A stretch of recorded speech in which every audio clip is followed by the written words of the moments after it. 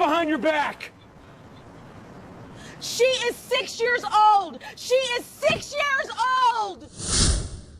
Would you pay $1.9 million for this? Because the taxpayers of Aurora, Colorado just did. What you just heard was not a crime scene. It was a nail salon parking lot on a Sunday afternoon. And the child screaming for her mother was 6 years old. She was wearing a pink tiara. In the next minutes, you are going to see exactly how Aurora Police Department turned a girl's day out into a bodycam moment that cost this city nearly $2 million and changed 5 lives forever. We are going to break down the specific moment the system failed, the specific decision that put guns on children, and the receipt, every dollar of it, that the city of Aurora handed to taxpayers when it settled this lawsuit rather than face a jury. And we are going to talk about why this was not Aurora's first time paying for exactly this kind of mistake. Because there is a pattern here. And patterns have a price. Drop a comment right now and tell me where you are watching from. And hit subscribe, because we follow the money so you know the cost of what is being done in your name. It was a Sunday, August 2nd, 2020. Brittany Gilliam had planned the kind of afternoon that lives in a child's memory forever. Her 6-year-old daughter, Lovely. Her 12-year-old sister. Her 14 and 17-year-old nieces. A girl's day. Nails and ice cream. Simple. Joyful. Safe. Brittany was a black woman and a mother in Aurora, a suburb of Denver that had been in the national spotlight just months earlier after the death of Elijah McClain. She was not thinking about any of that on this particular Sunday. She was thinking about which nail salon to try, whether the girls would want different colors, what flavor ice cream they would order after.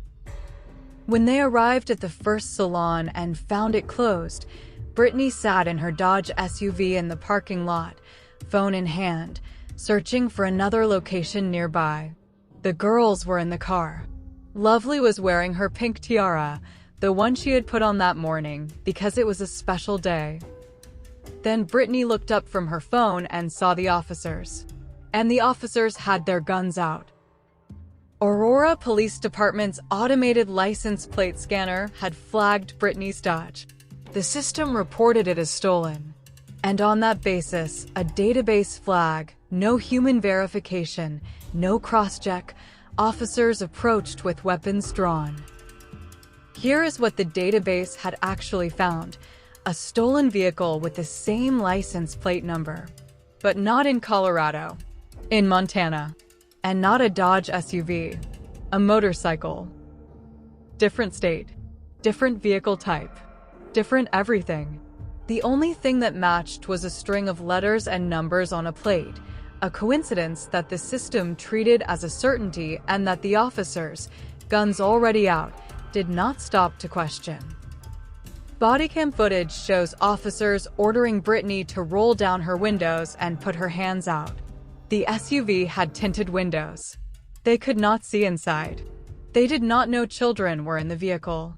What happened next, the footage documents with a clarity that no legal brief requires. Everyone was ordered out. Brittany, her sister, her nieces, her 6-year-old daughter Lovely. They were told to lie face down on the parking lot pavement. The temperature in Aurora that day was 85 degrees. The girls lay on the hot asphalt. Some of them were crying. Some of them were saying no and mommy. Lovely held onto her teenage cousin's hand. A dozen bystanders had gathered, phones out, recording. Brittany shouted at the officers, "You don't have to do all that. You don't have to do all that." The officer's response, "Okay, we'll deal with that." But here is where it gets worse. Because the bodycam footage shows what happened next, and it is the moment that Aurora's own attorneys later decided they could not put in front of a jury. Guns were kept drawn for 3.5 minutes. 3.5 minutes of weapons pointed at a mother and 4 girls on a parking lot on a Sunday afternoon in August. Then the handcuffs came out. Brittany was handcuffed. Two of the teenage girls were handcuffed. The footage shows an officer bending over the girls as they lay on the ground. The same officer who had just been pointing a gun at them, clicking handcuffs onto their wrists. Lovely, the 6-year-old, was not handcuffed. She was too small. But she watched. She watched her mother being led to a patrol car in handcuffs. She watched her cousins being restrained on the ground. She watched everything. For 8.5 minutes, the family lay on the pavement. Then, finally, an officer ran the plate properly, cross-referenced the state, checked the vehicle type, realized what the system should have caught immediately. The stolen vehicle was a motorcycle. In Montana, this was a Dodge SUV. In Colorado, an officer approached one of the handcuffed girls and said, "You're going to be with your mama. You're going to be okay.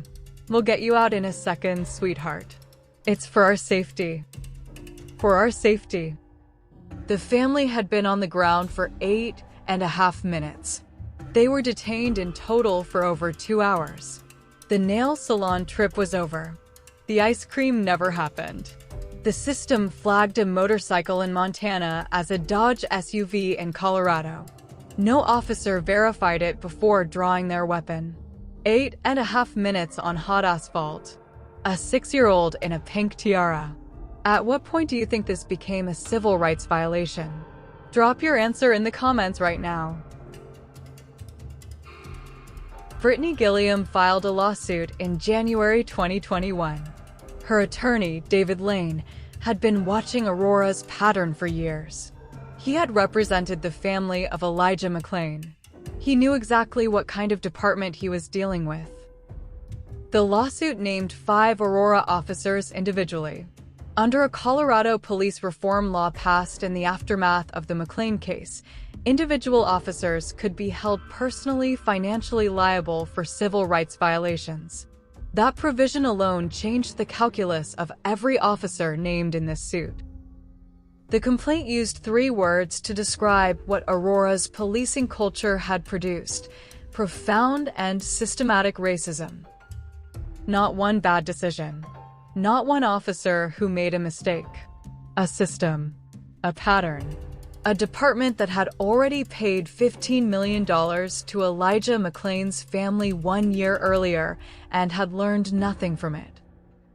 Lane told the press, "Aurora cops need to spend less time on the gun range and more time in the law library. You can't be RoboCop and be an effective cop. A RoboCop mentality will lead to huge liability." The case took 3 years. 3 years during which Brittany Gilliam described herself as full of rage, unable to feel safe, unable to make the girls feel safe. The family entered therapy. All of them. Lovely included. On February 5, 2024, Aurora settled. $1.9 million. Divided equally among Brittany and all 4 girls. The girls' portions were placed into annuities to grow until they turn 18. Because the city of Aurora decided that paying nearly $2 million was preferable to putting those children on a witness stand and making them relive what happened to them on a Sunday afternoon when all they wanted was to get their nails done. And now here is the part of this story that Aurora's City Council really does not want you to focus on. This was not Aurora's first expensive mistake. It was not even close. In 2021, Aurora paid $15 million to the family of Elijah McClain, a 23-year-old black man who died in 2019 after officers placed him in a carotid chokehold and paramedics injected him with ketamine. He had been walking down the street. He was wearing headphones. Someone called 911 to report him as suspicious. $15 million in 2021. $1.9 million in 2024. That is $16.9 million of taxpayer money paid out by the city of Aurora in 3 years for 2 incidents involving black people who were not committing any crime. $16.9 million. That is the receipt. That is what RoboCop mentality costs a city. That is what happens when a department draws weapons before it verifies facts, when it treats a database flag as a certainty, when it looks at a Dodge SUV full of black girls in a nail salon parking lot and sees a threat before it sees children. Both officers who drew their weapons on the Gilliam family and placed them on the ground, both of them remained on the Aurora police force after the settlement. $1.9 million paid. Both officers still employed.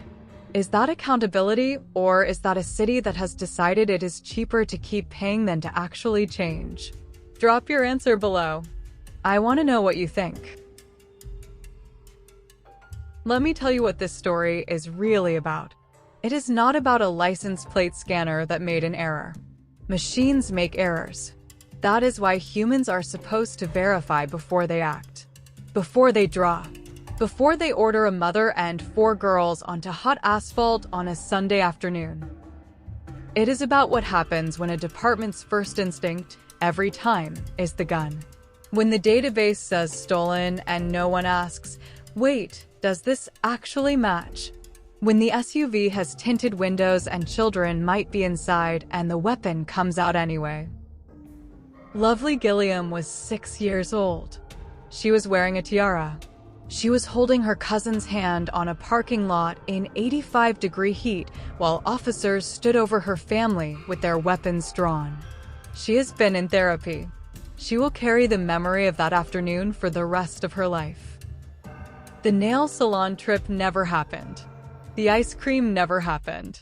What happened instead is documented on Bodycam footage that Aurora's own attorneys watched and decided was worth $1.9 million to keep away from a jury. Brittany Gilliam said it best. Mentally, it destroyed me. Because I felt like not only am I not safe, these kids aren't safe. She was right. And the city of Aurora spent $1.9 million confirming it. If this story hit you the way it should, hit that like button. Share this video. Because this footage exists. The settlement is public record. The girls are real. Lovely is real.